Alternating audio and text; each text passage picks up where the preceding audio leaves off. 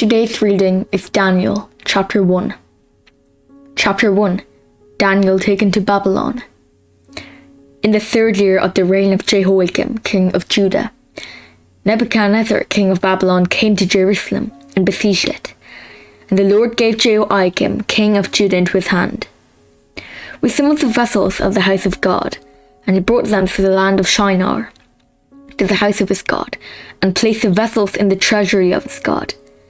Then the king commanded Ashpenaz, his chief eunuch, to bring some of the people of Israel, both of the royal family and of the nobility, youths without blemish, of good appearance and skillful in all wisdom, endowed with knowledge, understanding, learning, and competent to stand in the king's palace, and to teach them the literature and language of the Chaldeans.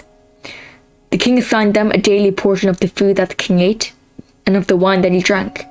They were to be educated for 3 years, and at the end of that time, they were to stand before the king. Among these were Daniel, Hananiah, Mishael, and Azariah of the tribe of Judah, and the chief of the eunuch gave them names.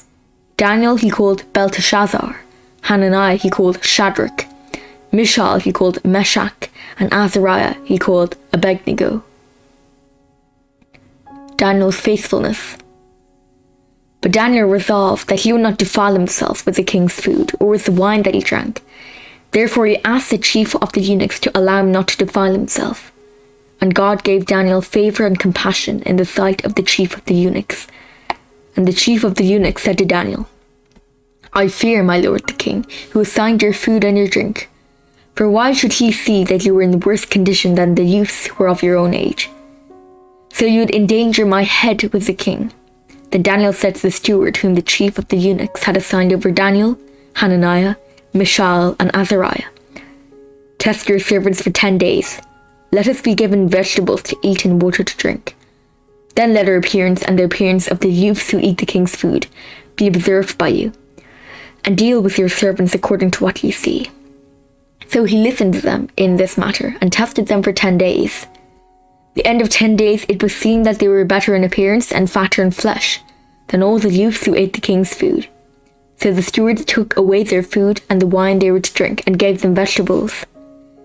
As for these 4 youths, God gave them learning and skill in all literature and wisdom, and Daniel had understanding in all visions and dreams. At the end of the time, when the king had commanded that they should be brought in, the chief of the eunuchs brought them in before Nebuchadnezzar. The king spoke with them, and among all of them none was found like Daniel, Hananiah, Mishael, and Azariah. Therefore they stood before the king, and in every matter of wisdom and understanding about which the king inquired of them, he found them 10 times better than all the magicians and enchanters that were in all his kingdom. And Daniel was there until the 1st year of King Cyrus.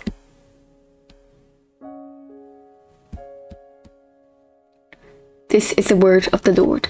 Amen.